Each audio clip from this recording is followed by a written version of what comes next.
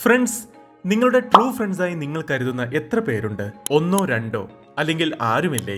ഒരുപക്ഷെ നിങ്ങൾക്ക് സുഹൃത്തുക്കൾ കുറവാണെങ്കിൽ അതിന് രണ്ട് കാരണങ്ങൾ ഉണ്ടാകാം. ഒന്നുകിൽ നിങ്ങൾ ഫ്രണ്ട്സിനെ ഉണ്ടാക്കാൻ ആഗ്രഹിക്കുന്നുണ്ടെങ്കിലും നിങ്ങളത്ര നല്ലവരല്ലാത്തത് കൊണ്ടോ, നിങ്ങളുടെ സോഷ്യൽ സ്കിൽസ് നല്ലതല്ലാത്തത് കൊണ്ടോ, അതുമല്ലെങ്കിൽ നിങ്ങളൊരു മിടുക്കനായ വ്യക്തിയായതുകൊണ്ടോ ആകാം നിങ്ങൾക്ക് ഫ്രണ്ട്സിനെ ഉണ്ടാക്കാൻ കഴിയാത്തത്. നിങ്ങൾക്ക് വേണമെങ്കിൽ സുഹൃത്തുക്കളെ ഉണ്ടാക്കാം, എന്നാൽ കൂടുതൽ ആളുകളുമായി ഇടപഴകുന്നതും ഫ്രണ്ട്സിനെ ഉണ്ടാക്കുന്നതും നിങ്ങൾക്ക് നാച്ചുറലായി സംഭവിക്കുന്നതല്ലെങ്കിൽ നിങ്ങൾ വളരെ ഇന്റലിജന്റും സ്മാർട്ടുമായിട്ടുള്ള വ്യക്തിയോ അല്ലെങ്കിൽ ഒരു ജീനിയസോ ആയേക്കാം. ലണ്ടൻ സ്കൂൾ ഓഫ് എക്കണോമിക്സിലെ സൈക്കോളജിസ്റ്റ് സതോഷി കനാസാവ 15,000 ആളുകളുടെ ഹാപ്പിനെസിന്റെ അളവ് അവരുടെ IQ സഹിതം അളന്നു. ആവറേജ് IQ ഉള്ള ആളുകൾക്ക് അവരുടെ ഫ്രണ്ട്സിനോടൊപ്പം സമയം ചെലവഴിച്ചപ്പോൾ കൂടുതൽ സന്തോഷവും സംതൃപ്തിയും അനുഭവപ്പെട്ടതായിട്ടാണ് റിസൾട്ട് കിട്ടിയത്. ഹൈ IQ ഉള്ള ആളുകളാകട്ടെ അവർ തനിച്ചിരുന്നപ്പോഴാണ് ഏറ്റവും സന്തോഷവും സംതൃപ്തിയും അനുഭവപ്പെട്ടത്. മറ്റുള്ളവർക്കിടയിൽ അവർ സന്തോഷമോ സംതൃപ്തിയോ കണ്ടെത്തിയില്ല. Nikola Tesla, Isaac Newton, Albert Einstein, Aryabhata, APJ Abdul Kalam തുടങ്ങിയ ബ്രില്യന്റ് മൈൻഡുള്ള വ്യക്തികൾക്ക് അധികം സുഹൃത്തുക്കളില്ലായിരുന്നു. അതുകൊണ്ടാണ് show me your friends and I will show you your future എന്ന് ചാപ്ലിൻ റോണി മെലൻകോൺ പറഞ്ഞത്. നിങ്ങൾ എനിക്ക് നിങ്ങളുടെ സുഹൃത്തുക്കളെ കാണിക്കൂ, നിങ്ങളുടെ ഭാവി എങ്ങനെയായിരിക്കുമെന്ന് ഞാൻ പറയാം. നിങ്ങൾ കണ്ടുമുട്ടുന്ന ഹൈ ഇന്റലിജൻസും സ്മാർട്ട്നെസ്സുമുള്ള എല്ലാ ആളുകളിലും സെയിം പാറ്റേൺ കാണാൻ സാധിക്കും. അതെന്തുകൊണ്ടാണെന്ന് നോക്കാം. Number 1, they can spot fake friends and cut them off. Highly intelligent ആയിട്ടുള്ള ആളുകൾക്ക് അവരുടെ യഥാർത്ഥ സുഹൃത്ത് ആരാണെന്നും സ്വന്തം നേട്ടത്തിന് വേണ്ടി ആരൊക്കെയാണ് അവരുടെ സുഹൃത്താക്കാൻ ആഗ്രഹിക്കുന്നതെന്നും എളുപ്പത്തിൽ കണ്ടെത്താനുള്ള കഴിവുണ്ട്. ഓരോ വ്യക്തിക്കും തന്റെ മുഴുവൻ ലൈഫിലും നല്ലൊരു സൗഹൃദം കെട്ടിപ്പടുക്കാൻ കഴിയുന്ന 6 പേർ മാത്രമേ ഉള്ളൂ എന്നതാണ് സത്യം. ബാക്കിയെല്ലാം ഫേക്കോ ടെമ്പററി റിലേഷൻഷിപ്പോ ആണ്. ക്ലെവർ പീപ്പിളിന്റെ ബുദ്ധിയും സ്മാർട്ട്നെസ്സും കാരണം അവർ അത്തരം ആളുകളെ മുൻകൂട്ടി തിരിച്ചറിയുകയും അവരെ അവരുടെ ജീവിതത്തിൽ നിന്ന് മാറ്റുകയോ അല്ലെങ്കിൽ അവരുമായി അധികം ഇടപഴകാതിരിക്കുകയോ ചെയ്യും. സുഹൃത്തുക്കളുടെ എണ്ണത്തേക്കാൾ സുഹൃത്തുക്കളുടെ ക്വാളിറ്റിയിലാണ് അവർ കൂടുതൽ ശ്രദ്ധ കേന്ദ്രീകരിക്കുന്നത്. അതുകൊണ്ടാണ് സ്മാർട്ടായ ആളുകൾക്ക് അവരുടെ ജീവിതത്തിൽ ചൂസ് ചെയ്ത കുറച്ചുപേർ മാത്രമാണുള്ളത്. അവരെ തങ്ങളുടെ ട്രൂ ഫ്രണ്ട്സ് ആയിട്ടാണ് അവർ കരുതുന്നത്. ജീവിതത്തിലെ ഒരർത്ഥവും നൽകാത്ത മറ്റുള്ളവരുമായി ടൈമും എനർജിയും വെറുതെ അവർ പാഴാക്കില്ല. Number 2, lack of like mindset. You are the average of the 5 people and that you spend the most time with എന്ന് ജിം റോൺ ഒരിക്കൽ പറഞ്ഞിട്ടുണ്ട്. ചില പൊതു താല്പര്യങ്ങളുടെയും ചിന്തയുടെയും അനുഭവത്തിന്റെയും ബേസിലാണ് ആളുകളുടെ സൗഹൃദം ആരംഭിക്കുന്നത്.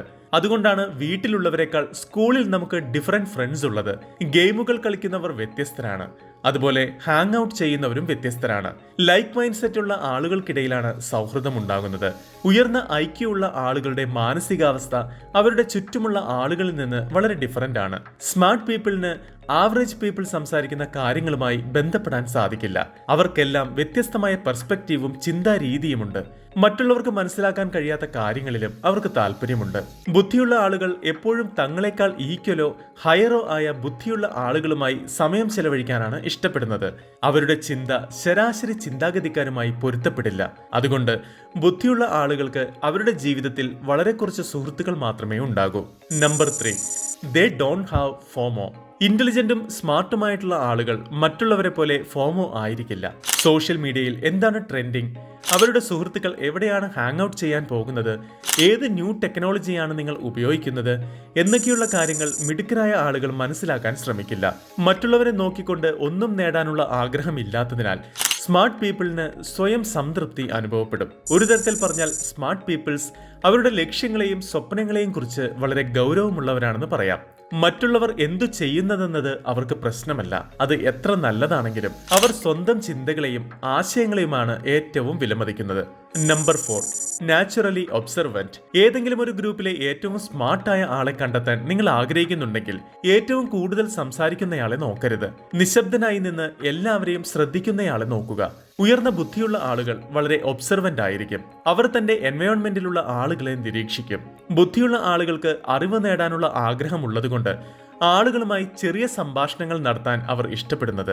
മറ്റുള്ളവർക്ക് താല്പര്യമുള്ള കാര്യങ്ങൾ അവർക്ക് പറയാനില്ലാത്തതുകൊണ്ടാണ് അവർ കുറച്ചു മാത്രം സംസാരിക്കുന്നതും മറ്റുള്ളവർ പറയുന്നത് കൂടുതൽ ശ്രദ്ധിക്കുന്നതും. Number 5, they don't like drama. Smart peoples എപ്പോഴും തിരക്കിലായിരിക്കും. അതുകൊണ്ട് ഡിസ്കഷനും ഡ്രാമ ക്രിയേറ്റ് ചെയ്യാനുമൊന്നും അവർക്ക് സമയമുണ്ടാകില്ല. അവരുടെ മൈൻഡ് ക്രിയേറ്റീവും ക്രിട്ടിക്കലുമായ ചിന്തകളിലായിരിക്കും. ചെറിയ കാര്യങ്ങളിൽ ആളുകളുമായി തർക്കിക്കുന്നത് അവർക്ക് വളരെയധികം മെന്റൽ സ്ട്രെസ് ഉണ്ടാക്കും. അതുകൊണ്ട് സ്മാർട്ട് പീപ്പിൾ പീപ്പിൾസ് ജീവിതത്തിൽ നിന്ന് അവയെല്ലാം ഒഴിവാക്കും. നിങ്ങളുടെ ജീവിതത്തിൽ എത്ര ആളുകൾ കുറയുന്നോ അത്രയും ഡ്രാമ ക്രിയേറ്റ് ചെയ്യുന്നതും കുറയും. Number 6, aloneness. Famous science historian James Gleick ലോകത്തിലെ നിരവധി സ്മാർട്ടായ ആളുകളുടെ ജീവചരിത്രം പഠിക്കുകയും എഴുതുകയും ചെയ്തിട്ടുണ്ട്. അദ്ദേഹം ഐസക് ന്യൂട്ടനെയും റിച്ചാർഡ് ഫെയ്ൻമാനെയും സ്റ്റഡി ചെയ്ത് ജീവചരിത്രം എഴുതി. രണ്ടുപേരും അവരവരുടെ കാലത്തെ മഹാപ്രതിഭകളായിരുന്നു. രണ്ടുപേർക്കും വളരെ ഇന്റലിജന്റ് മൈൻഡ് ഉണ്ടായിരുന്നു. മാത്രമല്ല ഇരുവരും വളരെ വ്യത്യസ്തരുമായിരുന്നു. ഐസക് ന്യൂട്ടൻ കടുത്ത ആന്റി സോഷ്യൽ ആയിരുന്നു. അദ്ദേഹം അധികമാരോടും സംസാരിച്ചിരുന്നില്ല. തനിച്ചിരിക്കാനാണ് അദ്ദേഹം മുൻഗണനയും നൽകിയിരുന്നത്. അദ്ദേഹം പറയുന്നത് ഐസക് ന്യൂട്ടന് ഒരു സ്ത്രീയുമായി ശാരീരിക ബന്ധമൊന്നും ഉണ്ടായിരുന്നില്ല എന്നതാണ്. എന്നാൽ റിച്ചാർഡ് ഫെയ്ൻമാൻ ആളുകളുമായി ഇടപഴകാൻ ഇഷ്ടപ്പെട്ടിരുന്നു. അദ്ദേഹം തമാശക്കാരനുമായിരുന്നു. അദ്ദേഹം തന്റെ ഭാര്യയെ വളരെയധികം സ്നേഹിച്ചിരുന്നു. എന്നാൽ ഈ രണ്ട് പ്രതിഭകളിലും അദ്ദേഹം കണ്ടെത്തിയ പൊതുവായ ഒരു കാര്യമുണ്ടായിരുന്നു: എലോൺനെസ്. ഒരു വ്യക്തി ആളുകളുമായി ബന്ധപ്പെടാൻ ആഗ്രഹിക്കുമ്പോൾ ലോൺലിനെസ് അനുഭവപ്പെടും. പക്ഷേ ചില കാരണങ്ങൾ കൊണ്ട് അതിന് കഴിയില്ല. ലോൺലിനെസ്സിൽ ഒരു വ്യക്തി സ്വന്തം ഇഷ്ടപ്രകാരം ആളുകളിൽ നിന്ന് മാനസികമായി മാറി നിൽക്കും. Number 7, perceived intimidation by others. Smart പീപ്പിളിന്റെ സ്മാർട്ട്നെസ് മറ്റുള്ളവരിൽ പലപ്പോഴും ഭയമുണ്ടാക്കും. കാരണം അവരുടെ ബുദ്ധിയും ആത്മവിശ്വാസവും നർമ്മവും തികച്ചും വ്യത്യസ്തമാണ്.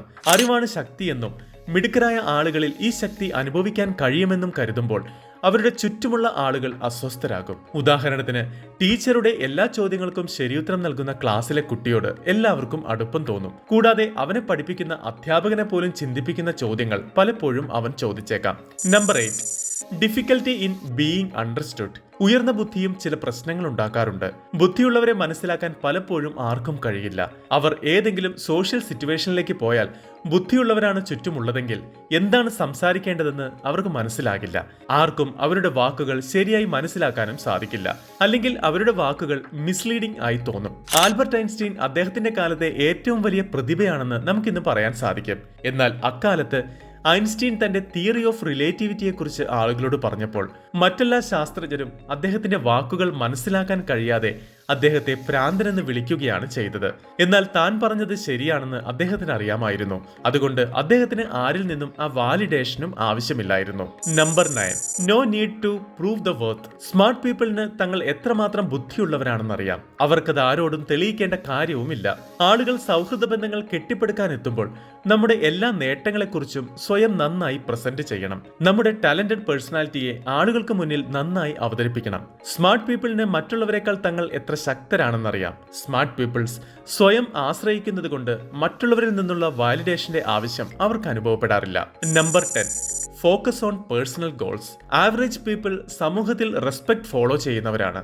സോഷ്യൽ മീഡിയയിലെ ലൈക്കുകളിൽ നിന്നൊക്കെയാണ് അവരത് നേടുന്നത്.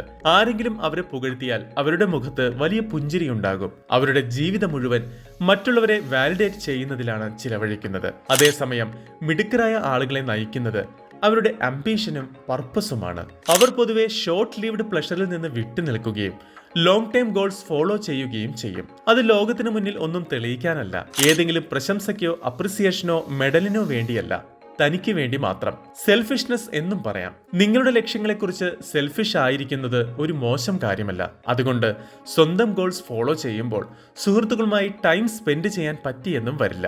ഇന്നത്തെ വീഡിയോ ഇഷ്ടപ്പെട്ടെങ്കിൽ ലൈക്ക് ചെയ്യുക, ചാനൽ സബ്സ്ക്രൈബ് കൂടി ചെയ്യുക.